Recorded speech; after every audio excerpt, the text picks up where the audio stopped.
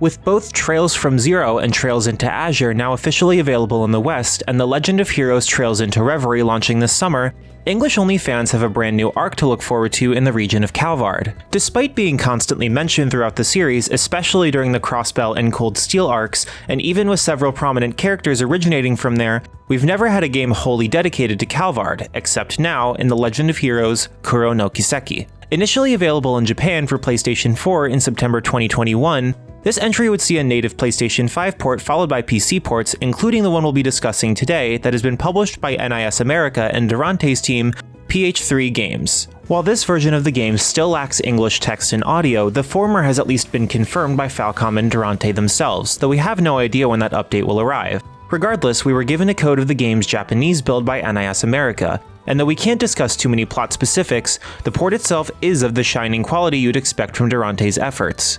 Before we get into the preview, we'd like to thank our Patreon supporters for making this possible. Please take a second to check out patreon.com/noisypixel to support independent game journalism.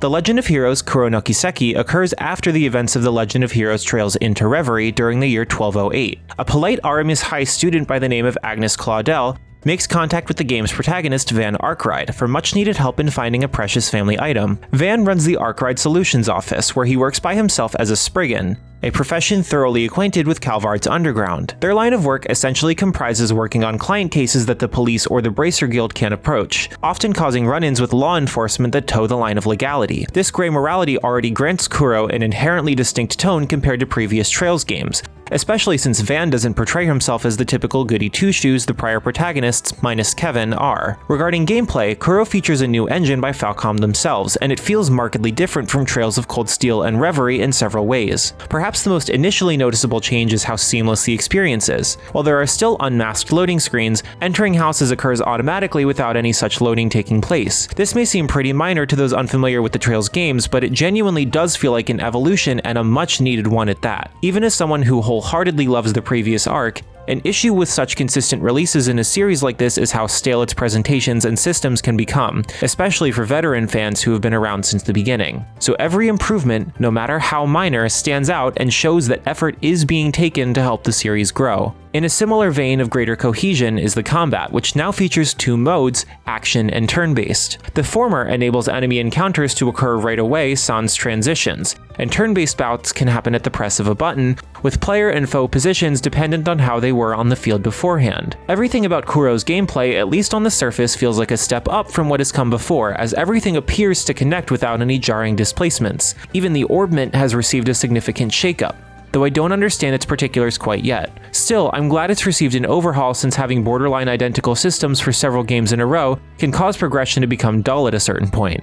As for the PC port by Durante and his team, there's plenty here that high-end PC players will love most. For instance, automatic field of view scaling, up to 360 FPS support, and a multitude of graphical options such as draw distance, ultra-wide resolution, shadow quality, and minimap multi-sampling will let users take more advantage of their hardware than ever before compared to what previous Trails games have allowed. Further, there is an in-game option to preview graphical alterations, and though I don't ever see myself doing this, there's also full keyboard and mouse support for you sickos out there. Of course, turbo mode is present too, and this is only a brief sampling of what options the PC port has at its disposal, so there's plenty more to look forward to. Hell, there's even Steam Deck support. The frustration with waiting for official Falcom localizations is a sensation I'm sure every fan is abundantly familiar with by this point, but as gradual as the steps seem, we are catching up slowly but surely, and with the PC port of this superb quality already firmly established, there at least won't be much to worry about on this front. The Legend of Heroes Kuro no Kiseki marks a time of considerable change for not only the continent of Zemuria in-game, but also for us in Japan and the West in entirely different ways.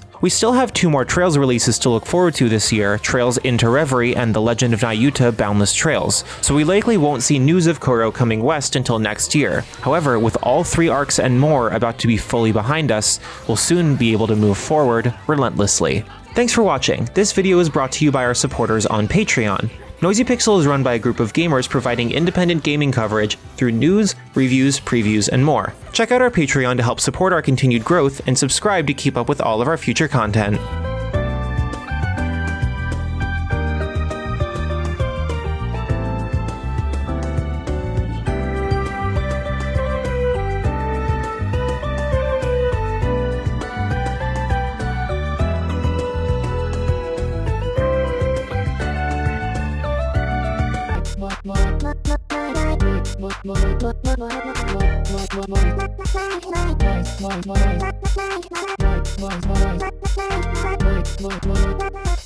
Noisy Pixel.